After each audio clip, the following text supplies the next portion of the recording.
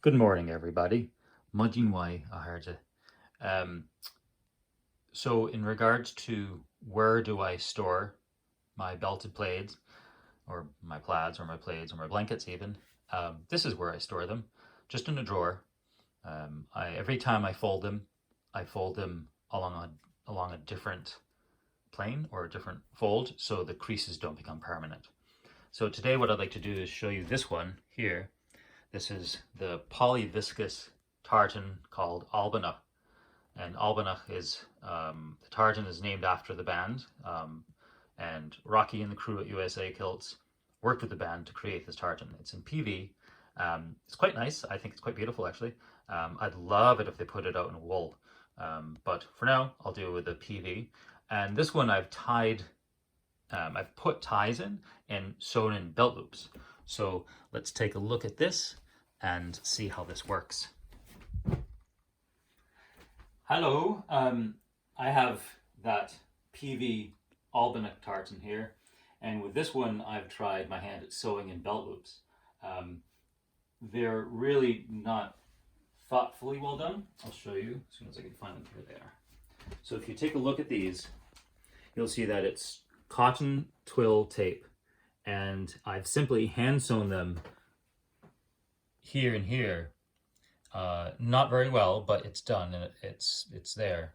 And you could see I've done it every repeat of the tartan. So on this red and black line, they're all there. So if I spread this out, you'll see that it's all on the tartan. It's everywhere, meaning all the way across. It's not needed to do that far. You really only need to put it on the back part, the pleated part, but I did the whole thing because I've never done it before and I wanted to try it. So the way this works is this. I figure out which way I'm going to be lying down, and usually I lie down back here. So that means this is the right side, that's the longer part. So I take my belt, the fabric belt, and I just start passing it through. It takes a moment, and to be quite honest, if I were pleating this hand, pleating on the bed, it'd be faster. This, though, is much handier if you don't have that space.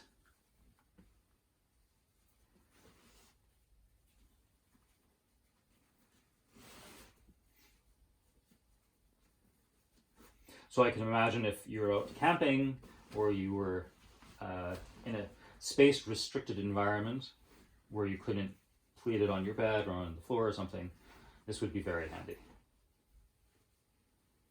Now, the historical records that we have indicate that the back of the kilt, the pleated component, seems to have been much more gathered than actually pleated.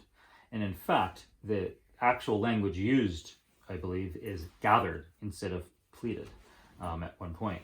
And so what that indicates to me is that people weren't nicely hand pleating these all the time, but were probably using some kind of mechanism like this to put it on faster, and it resulted in gathers in the back as opposed to pleats. So that's done. Now, as you can see, if I take it off and just leave it, it's all on the belt, and I can just hang it up like this, and when I'm ready to go, I can just put it on myself. Now, to be quite honest, I don't use it this way very often, so it takes me a little while. If I were using this every day, then it would be faster. You can also see I've tied in some tool ties here. They're quite ratty because I use them, and I should have made them thicker than I did, but that's what I did. And on this side, and you'll see what those are for in a moment. So sit down or stand up. You could stand up and do this. My under apron goes over, and this tool tie goes to the inside here. And I tie them such. And this one, this outside, goes over to this hip, where I have another one waiting for me somewhere. Here we go.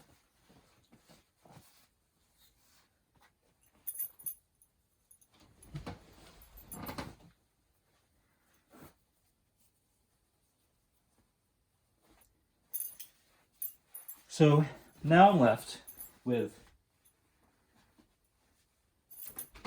the belt and this messy bag around me. So this is where I use my mirror again. And I suppose if one was well practiced, you wouldn't need a mirror. You could just figure it out yourself. So just throwing it on as I did, you can see how it's cumbersome, but also just really roughed out.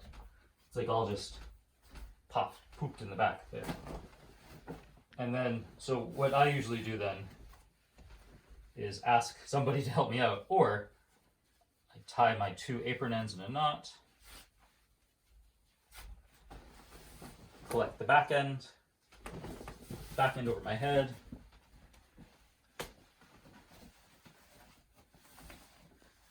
make myself a hoodie, essentially a shirt, and now it's out of the way, I can arrange it as I see fit. The way I do it is generally, I know sort of where my aprons should be, so I put them there. And then I put all of the loops onto one hip or the other, and then I just move them over. So I'll do it this way, kind of just by feel if I need to.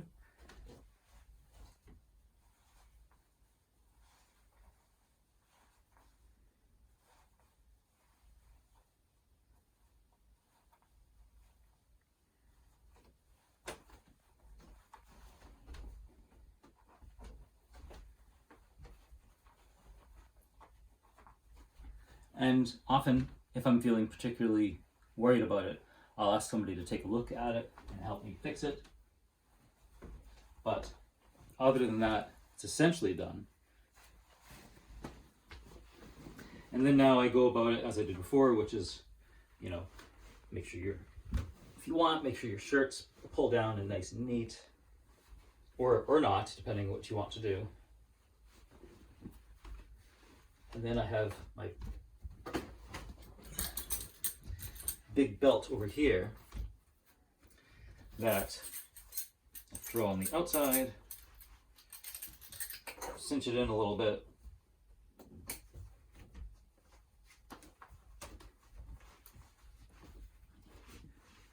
and again, take my aprons, just fold the fringe in, double it back a little bit, stick it under the belt. Same here, fringe in, double it back, stick that under the belt.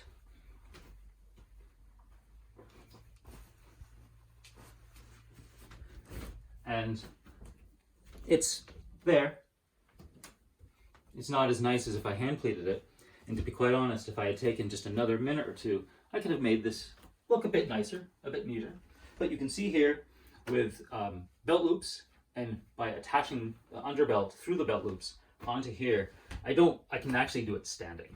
And then when I'm done with it, oh, actually before I do that, on the back side, I also want to show you, I put in twill loops on the plaid end, on the back end. And when I do this, I can bring this over like this, and I can tie them together, and that's how I can suspend that over my shoulder. Or I can use it and tie it more onto here, or whatever I want. But again, the nice thing about this is when I'm done,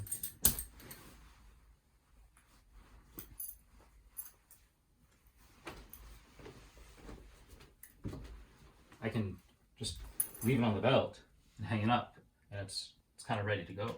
So please hit me up with any questions you have. I'm happy to answer anything. And yeah, best of luck. Have fun. Take care.